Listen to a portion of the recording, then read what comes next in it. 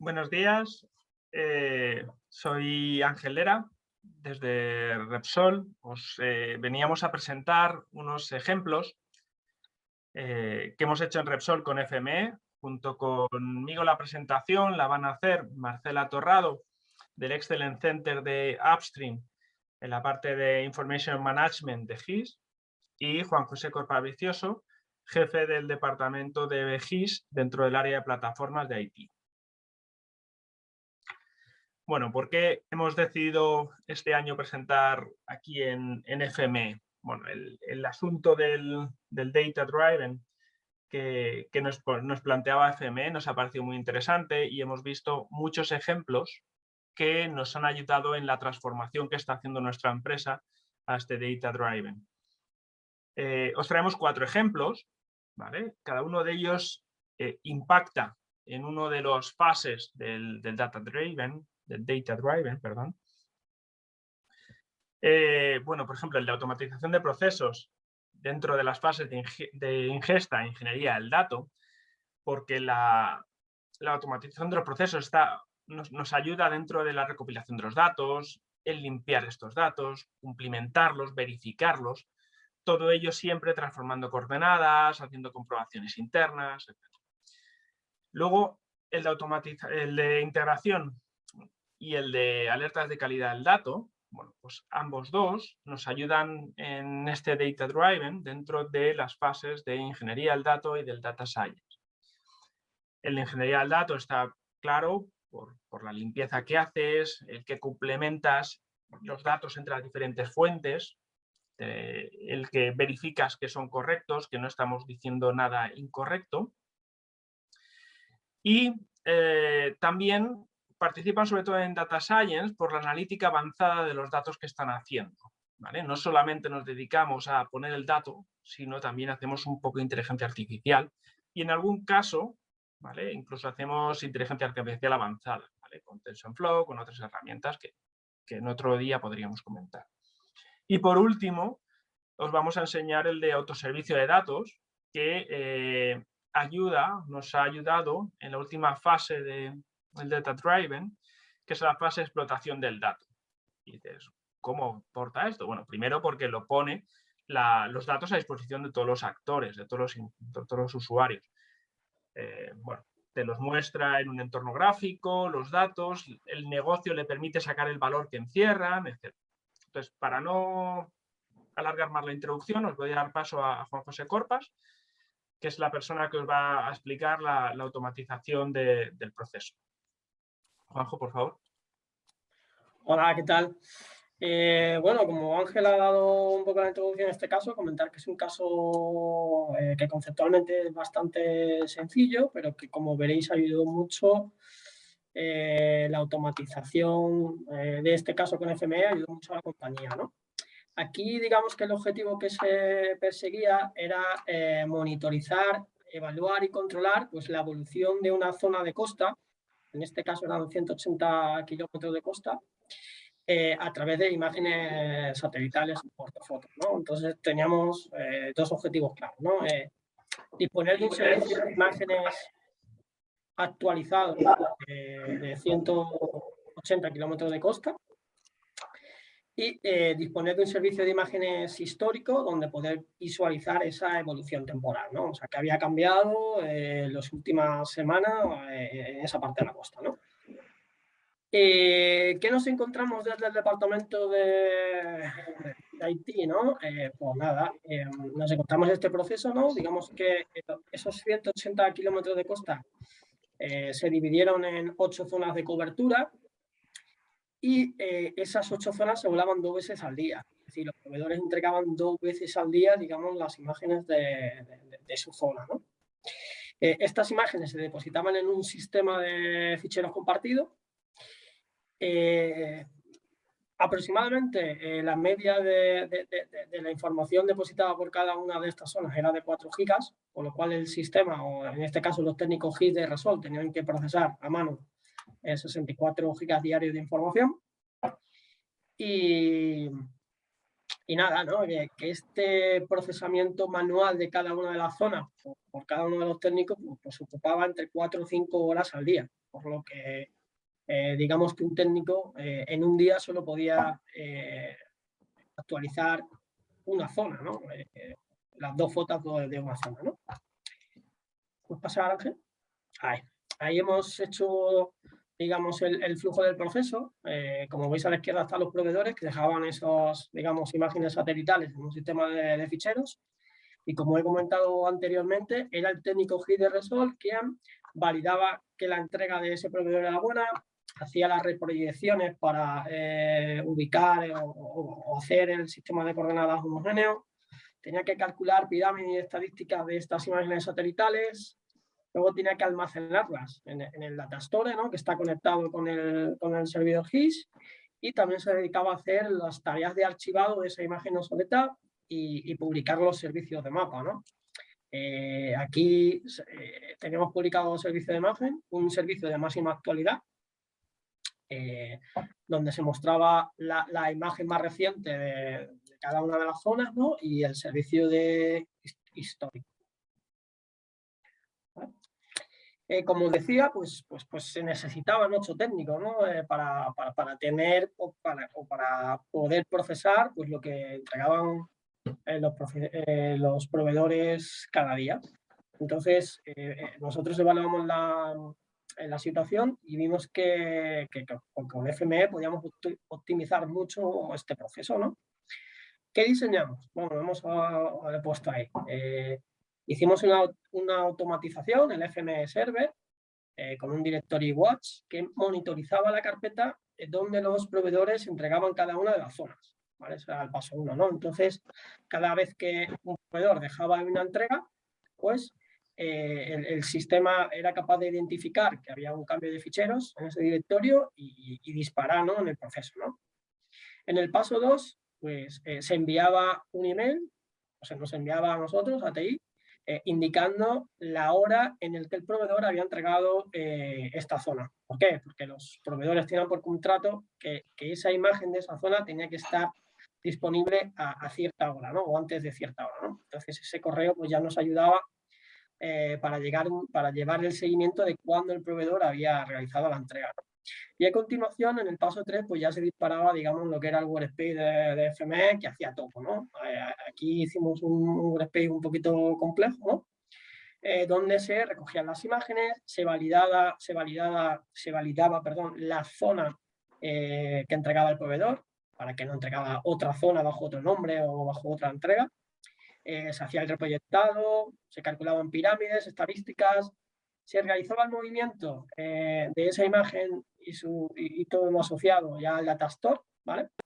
Para que el servidor GIS estuviera muy cerquita y el rendimiento fuera adecuado. Y posteriormente pues, se realizaba un archivo de la imagen anterior o en ese servicio histórico. Y por último, pues se republicaban esos servicios de imagen. Por último, en el paso 4, el proceso pues mandaba también un email indicando si el proceso había terminado bien y que la zona ya estaba disponible tanto en el servicio de máxima actualidad como en el servicio histórico, o si había habido algún error durante el proceso o incluso si la imagen pues, no se adecuaba a la zona concreta, pues también se enviaba un correo para que nosotros pudiéramos comunicar pues, esta deficiencia a proveedor, ¿no? La automatización de cada zona en el servidor, pues estimábamos entre, bueno, es real, ¿no? 2-3 horas el procesamiento de cada una de las zonas. ¿Por qué varía tanto? Porque digamos que la división de esos 180 kilómetros de playa en zonas no era homogénea y había zonas un poquito más grandes y zonas un poquito más pequeñas, ¿vale? Entonces, como veis aquí, ya bajamos en 1 o 2 horas lo que tardaba el técnico de manera manual en disponibilizar la zona a los usuarios. Pero además, nuestro FME de producción, pues tenemos 8 motores, entonces estos, digamos, automatismos pues eran paralelizables. Podíamos tener un motor dedicado a cada una de estas zonas. Y esto permitía, ¿no? que cuando un proveedor hacía la entrega, directamente la imagen estaba disponible en 2-3 horas a los usuarios, ¿no? Y bueno, y por último, he traído pues una imagen de lo que es el proceso en sí en FME, ¿no? Como veis ahí, pues nada, un montón de transformadores puestos ahí.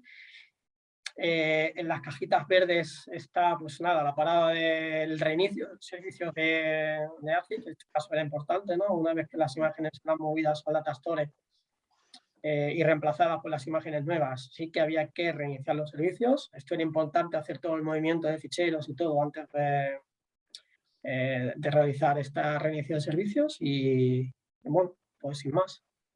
Ahora espero que este caso os haya gustado y bueno, es un claro ejemplo de cómo FE pues, nos ayuda o ayuda a Resol, ¿no?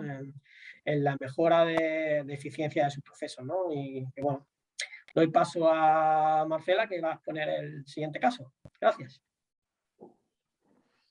Hola, buenas.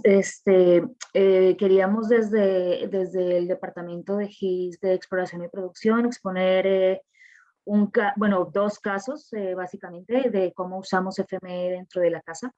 En este caso, quería presentarles una integración de distintos sistemas que estamos usando en los centros de operación de diferentes assets, sobre todo en Estados Unidos y Canadá, sobre el seguimiento de la actividad de producción y el seguimiento y el soporte a operaciones.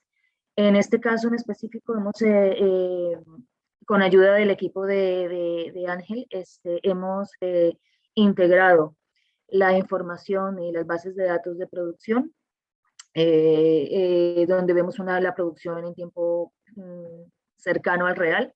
Vemos también en los posicionamientos, hacemos seguimientos de vehículos en real time, definimos también nuestra operación teniendo en cuenta las condiciones climáticas, y todo esto evidentemente nos ha permitido mejorar nuestras operaciones, anticiparnos a futuros problemas, hacer nuestras planificaciones directamente en campo, ¿no? Con lo cual es un sistema sencillo que nos ha aportado mucho valor, tanto en la operación como tanto en el mantenimiento y diseño de las bases de datos. Siguiente, Ángel. Vale. También hemos hecho un proyecto este año sobre alertas de calidad del dato. Bueno, realmente estamos empezando a trabajar con esta herramienta, y lo que hemos hecho es un sistema que nos permite, poniendo reglas de negocio y poniendo, por ejemplo, ejemplos muy sencillos y muy evidentes de problemas o de problemas que tenemos con los datos, inconsistencias con los datos. Vamos haciendo esas reglas de negocio y vamos adaptando, bueno, en una rutina para que vaya generando alertas. Por ejemplo, si vemos que son 0, que hay coordenadas que están fuera del área establecida, si tenemos pozos de pozos que están fuera del PAD o del área en que deberían estar, pues generamos un sistema de alertas en el que el sistema nos avisa primero a nosotros, que es lo que pienso que lo más importante. Primero nos avisa a nosotros que hay una inconsistencia, que hay un error, nos envía una alerta, nos envía una notificación, con lo cual desde la gestión de base de datos y de información podemos corregir el dato antes que el usuario lo vea, ¿no? Esa es una de los grandes avances que tenemos, ¿no? Que no son los usuarios que se dan cuenta, por ejemplo, que en una carga masiva hemos cargado algún pozo mal o algún posicionamiento mal y no lo avisa.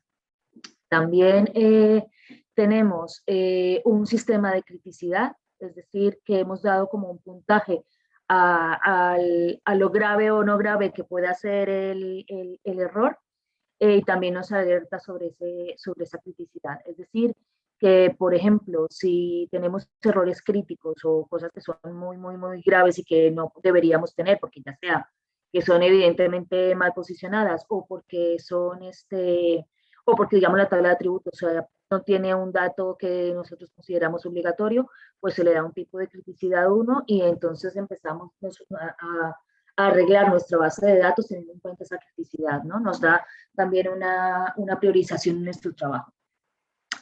Este script lo corremos en bases de datos individuales, es decir, que podemos coger cada una de las bases de datos, hacer este tipo de rutina para que podamos tener esa monitorización cercana.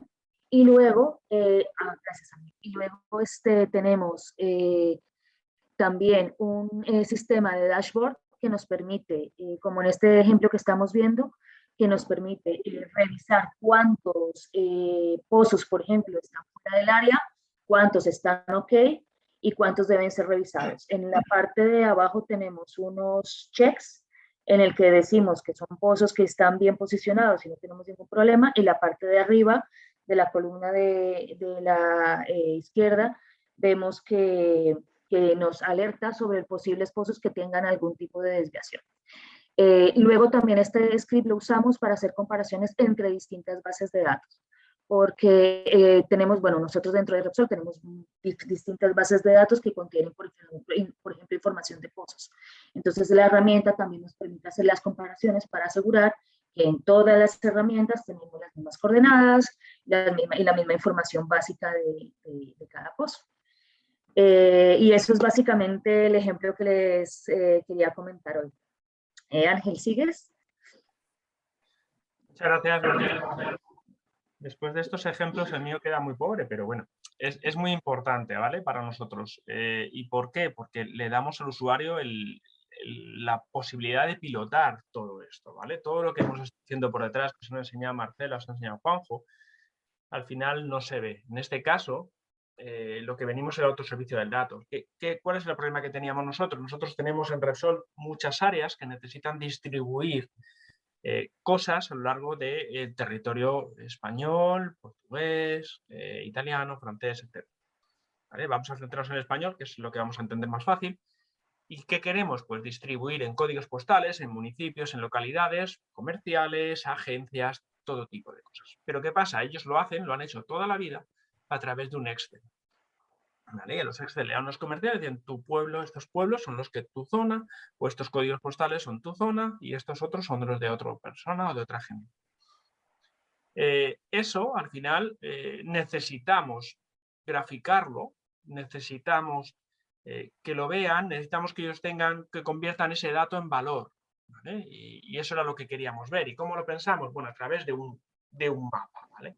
El usuario fuera un usuario sin ningún tipo de conocimiento GIS, fuera capaz de poder tener esos mapas suyos con sus distribuciones, con sus pruebas, que se los quiere visualizar en cualquier herramienta Office, como puede ser Power BI, o haces una Power Platform, etc.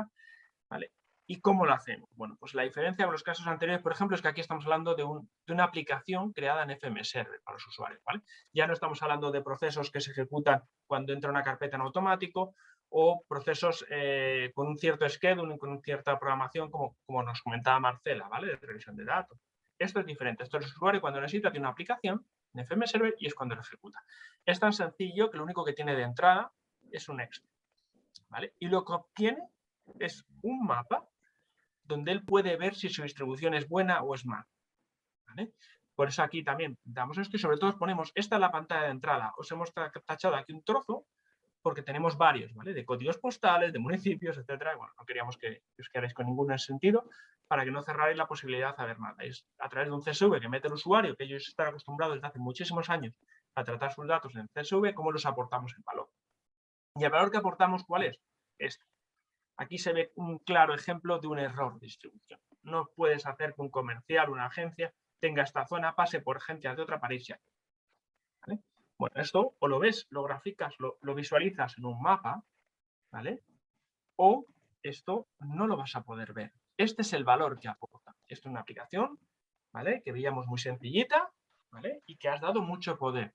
¿Qué beneficios además trae el hacer la aplicación en FM Server y no hacerla en otros sistemas, ¿vale? Que a lo mejor se puede llegar a hacer, no lo niego, pero ¿qué beneficios tiene? Y una gestión de acceso. Yo en el propio FM Server, si alguien, aunque sea de otro negocio, de otra área, bueno, le puedo dar acceso a ese informe para que él se cree sus mapas, independientemente del área de negocio que funcione, etc. La gestión de accesos que gestiona el propio FM Server. Las licencias. En ERRI, al final es donde nosotros visualizamos esto, pero ERRI, para poder publicar los mapas, tienen que tener un usuario publicador. y ese usuario publicador al final son limitados. Entonces, bueno, con el usuario CME Server que nosotros ya tenemos para todos los procesos que hemos visto antes, puedes hacer esta publicación, no estás consumiendo licencias adicionales y en cambio le puedes dar esta funcionalidad a cientos de personas sin ningún tipo de problemas, porque así lo tenemos. No necesitas usuarios expertos. Para ejecutar esa aplicación, que es meter una URL en el navegador o tenerla en favoritos, meter un CSV que tú has tratado, no necesitas ningún experto. No necesitas tener conocimientos de GIS, de saberlos. No necesitas eso, ¿vale? Entonces no tienes que formarles y tú les das la URL y mañana son capaces de poder trabajar. No necesitan la formación. Tienes unas publicaciones controladas. A ver, cuando tú a un usuario que no es un experto en GIS y que no entiende tecnología de GIS, le das acceso a una publicación y él empieza a publicar mapas y mapas y mapas y mapas. En realidad aquí lo que tienes es un único mapa y que depende de quién entre va a visualizar unos datos o no. Cada uno visualiza los suyos. No visualiza los datos demás. Entonces tienes una única publicación, no estás creando y teniendo un problema en el número de publicaciones que tienes, lo tienes controlado, tú eres quien lo decides cómo lo haces, si haces una para códigos postales o si las unes la de código postal en municipio. La calidad del dato. Aquí nosotros sabemos, porque tenemos un único repositorio de códigos postales, de municipios, de localidades. Ellos son capaces de extraerse ese repositorio, porque les hemos dado un map, no es por FME, y está actualizado. Nosotros 2 veces al año lo actualizamos. Cuando pasaba, ellos decían, no, es que ese código postal igual ya no existe, porque se ha fusionado, se ha dividido. Es bastante común que se muevan los códigos postales. Y pasaba eso, que tenían esos errores y habían distribuido, y entonces cuando le pasamos a las agencias tenían luego problemas técnicos en ese sentido. Ahora bien, no todo es bonito, tenemos un contra. ¿Cuál es? Bueno, pues que al final interactúa con otros productos y cuando esos otros productos evolucionan tienes que revisar. No es un gran contra y estamos aquí, que asumimos sin ningún tipo de problema por los beneficios que tenemos.